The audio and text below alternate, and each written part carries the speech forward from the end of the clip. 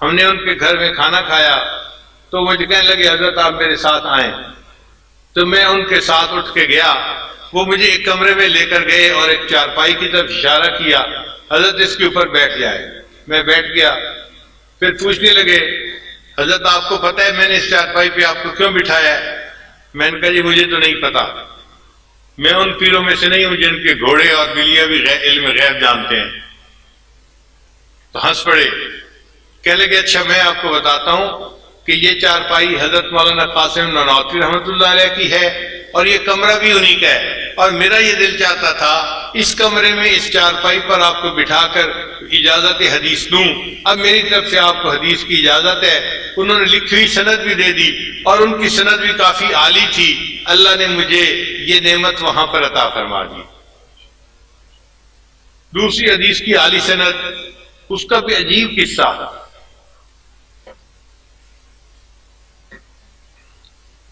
حرم میں حج کرنے کے بعد کچھ دنوں کے لیے ہم ٹھہرے ہوئے تھے، تو ایک دن عصر کی نماز میں نے حرم میں پڑھی تو میں نے دیکھا کہ ایک پتلے دبلے سے ہیں بڑے میاں، وہ بیٹھے اور ان کے گرد آ کر طلباء نے حلقہ بنا کر بیٹھنا شروع کر دیا۔ طلباء نے سرخ رومال باندھے ہوئے تھے، عربی طلباء جو ہوتے ہیں، اور ان کے ہاتھ میں کتابیں تھیں، اور جو حدیث کی کتابیں ہوتی ہیں نا وہ اپنے سائز سے ایک نظر سے پہچانی جاتی ہیں۔ سکولوں کالجوں کی کتابیں اور طرح کی ہوتی ہیں اور جو دینی کتابیں ہیں ان کا سائز اور طرح کا ہوتا ہے۔ تو جب میں نے دیکھا کہ یہ طلباء ان کے گرد بیٹھ رہے ہیں تو مجھے بھی دلچسپی ہوئی، تو میں ذرا آگے ہوا۔ اب ایک طالب علم نے پہلی حدیث مبارکہ کی بخاری شریف کی تلاوت کی تو ان بزرگوں نے سب کو اجازت دی۔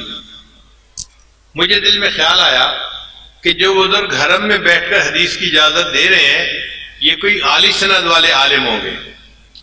تو میں نے ان کے خادم سے کہا کہ حضرت کا تعارف کیا ہے؟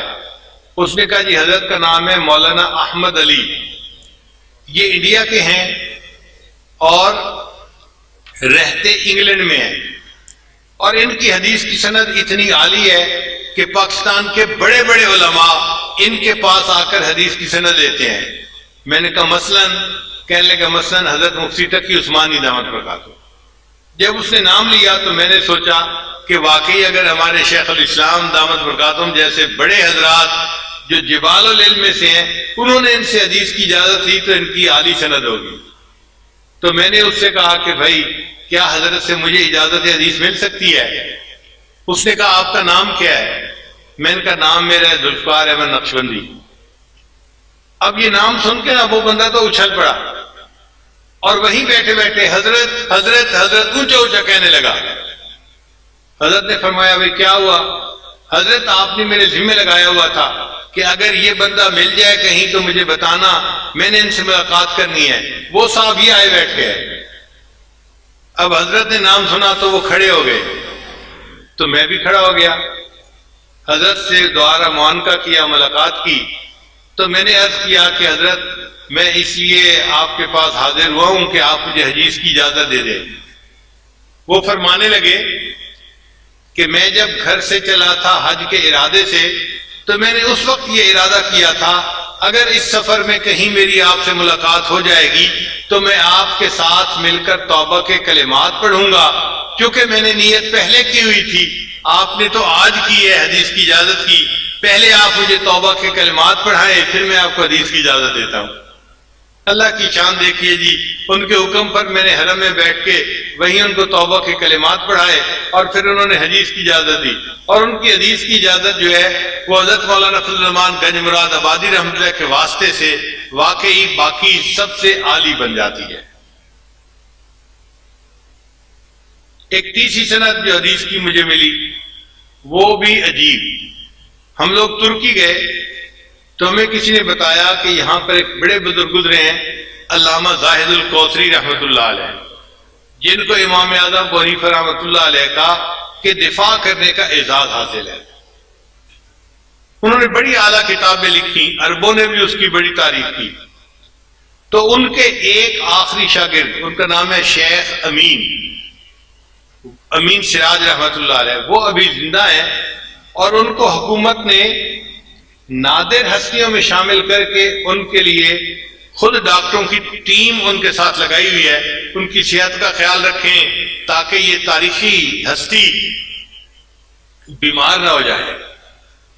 وہ بھی زندہ ہے، مگر وہ 5 نمازیں اپنے گھر کی مسجد میں پڑھتے ہیں، صرف جمعہ کی نماز کے لیے وہ آتے ہیں، اور جمعہ کی نماز کے لیے بھی مسجد کے ساتھ ایک شیشے کا کمرہ بنایا گیا ہے، وہاں وہ نماز پڑھتے ہیں۔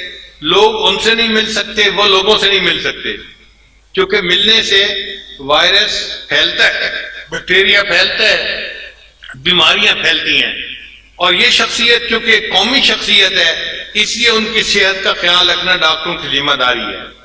وہ ڈاکٹروں کے ساتھ آتے ہیں، نماز پڑھ کے چلے جاتے ہیں۔ خیر ہم نے اللہ سے بڑی دعا مانگی، 2 دن نفل پڑھتے رہے صلاۃ الحاجت کے کہ یا اللہ ہمیں توفیق عطا فرما، ہم ان کی زیارت بھی کریں اور ان سے اجازت حدیث بھی لے لیں۔ مجھے ایک عالم نے بتایا وہ جلدی حدیث کی اجازت نہیں دیتے، وہ کہتے ہیں کہ 10-15 دن میرے ساتھ رہو اور درس میں بیٹھو، پھر حدیث کی اجازت دوں گا۔ اب ہم پریشان کہ ہمارا تو سفر تھا 1-2 دن کے بعد، تو ہم 10-15 دن تو نہیں رہ سکتے، اگر انہوں نے یہ شرط لگا دی تو مشکل ہو جائے گی۔ بہرحال دعائیں مانگتے رہے اللہ کی شان کہ وہ جمعہ کے لیے مسجد میں تشریف لائے۔ ان کا ایک خادم تھا، وہ کمرے سے باہر نکلا تو میں نے اس سے بات کی، میں نے کہا کہ بھائی میں اس طرح پاکستان سے آیا ہوں اور یہ میرا نام ہے، اور آپ حضرت کو میرے سلام بھی دیں اور عرض کریں کہ اگر حدیث کی اجازت دے دیں تو ان کا میرے اوپر بڑا احسان ہوگا۔ خادم نے جا کر ان کو نام بتایا تو وہ فرمانے لگے کہ یہ نام تو میں نے پہلے سنا ہوا ہے، یہ پاکستان کے شیخ آئے ہیں تو اب میرا بھی دل چاہتا ہے کہ میں ان سے ملاقات کروں، ان کو اندر لے آؤ۔ لو جی ہمیں کمرے کے اندر جانے کا موقع مل گیا۔ جب کمرے کے دروازے پر میں پہنچا نا تو ڈاکٹر نے مجھے روک لیا، جی آپ پاکستان سے آئے ہوئے ہیں اور آپ کے ملک میں تو ہائیجینک کنڈیشن اچھی نہیں ہے، تو آپ تو ان سے نہیں مل سکتے۔ میں نے کہا بھائی میری بھی چاہت تھی اور شیخ نے بھی یاد کیا تھا اس لیے میں آیا ہوں۔ ان کا نہیں، آپ کو ہم اس کمرے میں نہیں آنے دیتے۔ پھر اس نے دوسرے ڈاکٹروں کو کہا جی یہ پاکستان سے آئے ہیں، ان کو اس کمرے میں داخل نہیں ہونے دے سکتے، تو اور ڈاکٹر بھی آگے قریب آ گئے۔ اب جانا مشکل اندر، تو شیخ امین سراج نے دیکھا تو انہوں نے عربی زبان میں ان سے بات کی کہ تم اس بندے کو کیوں روکے ہوئے ہو؟ ان کا جی آپ قومی ورثہ ہے اور آپ کی جان کی حفاظت ہماری ذمہ داری ہے، آپ کوئی عام آدمی نہیں ہے، اور یہ پاکستان پسماندہ ملک سے آئے ہیں اور ان کے ذریعے سے آپ کو بیماری لگ سکتی ہے۔ تو شیخ نے انہیں فرمایا بھئی اگر ان کے ذریعے سے مجھے بیماری لگ سکتی ہے نا تو میں کل کی بجائے آج مرنے کو تیار ہوں، مجھے ان سے ملاقات کرنے دو۔ الحمدللہ کہ پھر شیخ سراج آگے تشریف لائے دروازے پر، وہیں پر انہوں نے معانقہ فرمایا اور حدیث کی اجازت دی، اور ان کی حدیث کی اجازت کی سند بھی بہت عالی ہے۔ یہ 3 سندیں تھیں جو الحمدللہ بہت عالی تھیں اور اللہ نے اپنی رحمت سے عطا فرما دی۔ ایک اور سند جو ہمیں اس دفعہ ملی، چند دن پہلے ہمیں سمرقند بخارا جانے کا موقع ملا، پوری دنیا کے مختلف ملکوں سے مشائخ آئے ہوئے تھے، تو مجھے ایک کمرے میں ایک صاحب کہنے لگے کہ حضرت شام کے ایک عالم آئے ہیں، سید ہیں، اور ان کی حدیث کی نسبت بڑی عالی ہے، اور بخارا کے علماء ان کے کمرے میں جا رہے ہیں ان سے حدیث کی نسبت لینے کے لیے۔ تو میں نے کہا کہ بھائی اگر بخارا کے علماء حدیث کی نسبت لینے کے لیے جا رہے ہیں تو مجھے بھی لے جاؤ ان کے کمرے میں۔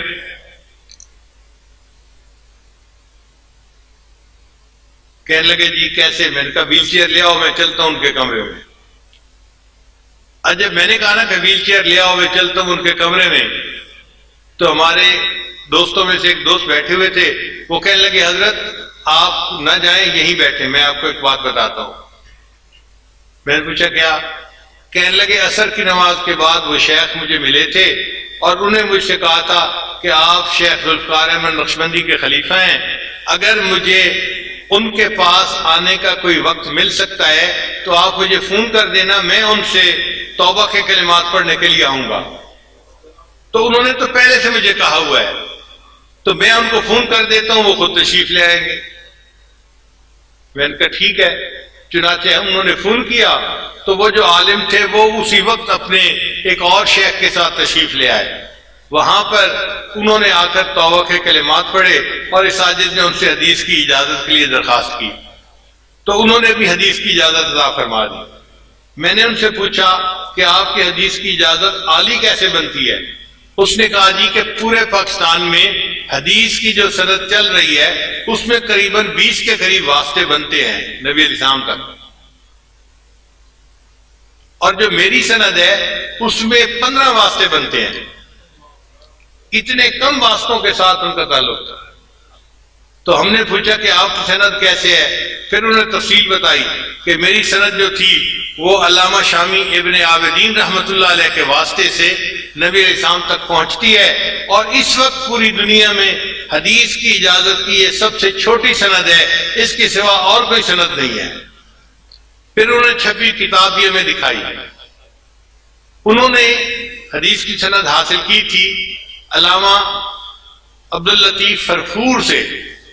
یہ فرفور وہ بزرگ ہے کہ جنہوں نے علامہ شامی رحمۃ اللہ کی کتاب کے اوپر حاشیہ لکھا ہے اور اس کی تفصیل لکھی ہے۔ عجیب انہوں نے کام کیا ہے۔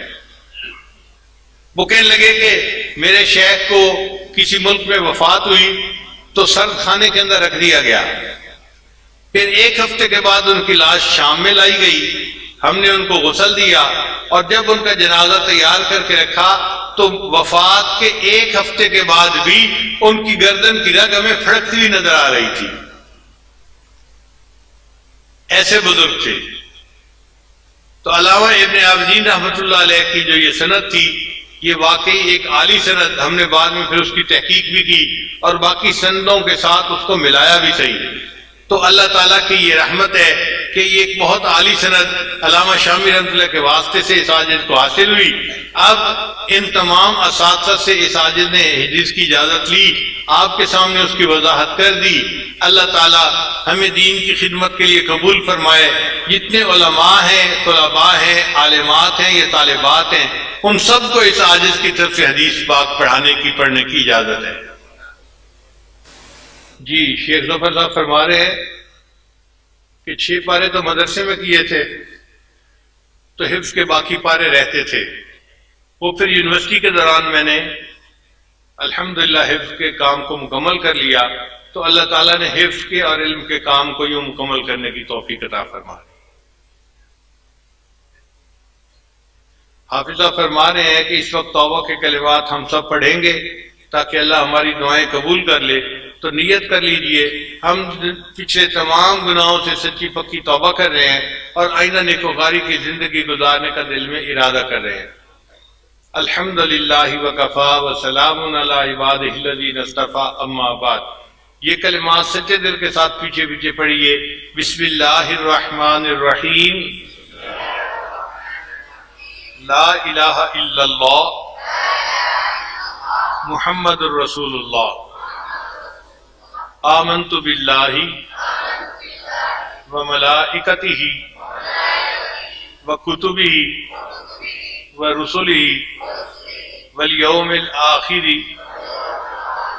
والقدر خیرہ وشرہ من اللہ تعالی والبعث بعد الموت۔ آمنت باللہ کما ہوا باسمائہ وصفاتہ وقبلت جمیع احکامہ اقرار باللسان وتصدیق بالقلب۔ اشہد ان لا الہ الا اللہ واشہد ان محمدا عبدہ ورسولہ۔ استغفر اللہ ربی من کل ذنب واتوب الیہ برحمتک یا ارحم الراحمین۔ ان کلمات کو پڑھنے سے ہم تو بتائے بھا چکے ہیں چند معمولات ہیں جن کو باقاعدگی سے کریں گے تو اللہ تعالیٰ دل کو منور کریں گے۔ پہلا عمل 100 مرتبہ استغفار صبح شام پڑھنا، دوسرا عمل 100 مرتبہ درود شریف صبح شام پڑھنا، تیسرا عمل قرآن کی تلاوت روزانہ کرنا، چوتھا عمل چلتے پھرتے ہر وقت دل میں اللہ کو یاد کرنا، اور پانچواں عمل صبح شام 10-15 منٹ کے لیے مراقبہ کرنا۔ مراقبے کا طریقہ بہت آسان ہے، اللہ کی طرف لو لگا کے آنکھیں بند کر کے آپ بیٹھ جایا کریں اور یہ محسوس کیا کریں کہ اللہ کی رحمت آ رہی ہے، دل میں سما رہی ہے، ظلمت اور سیاہی دور ہو رہی ہے، اور ہمارا دل اللہ اللہ اللہ